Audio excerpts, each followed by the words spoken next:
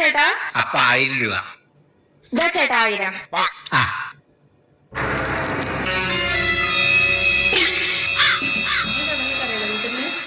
മോളെ ഇതില് 900 ഉള്ളൂലോ.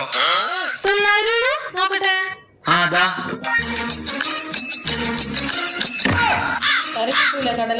ചേട്ടാ ഇതില് 900 800 ഉള്ളല്ലോ. 900 ഉണ്ടായിരുന്നല്ലോ, നോക്കട്ടെ. ആ ഒരു നോട്ട് താഴെ എടുക്കാറുന്നു. ആ ഇപ്പൊ 900 ഉണ്ട്. 900 ഉണ്ടാ നോക്കട്ടെ.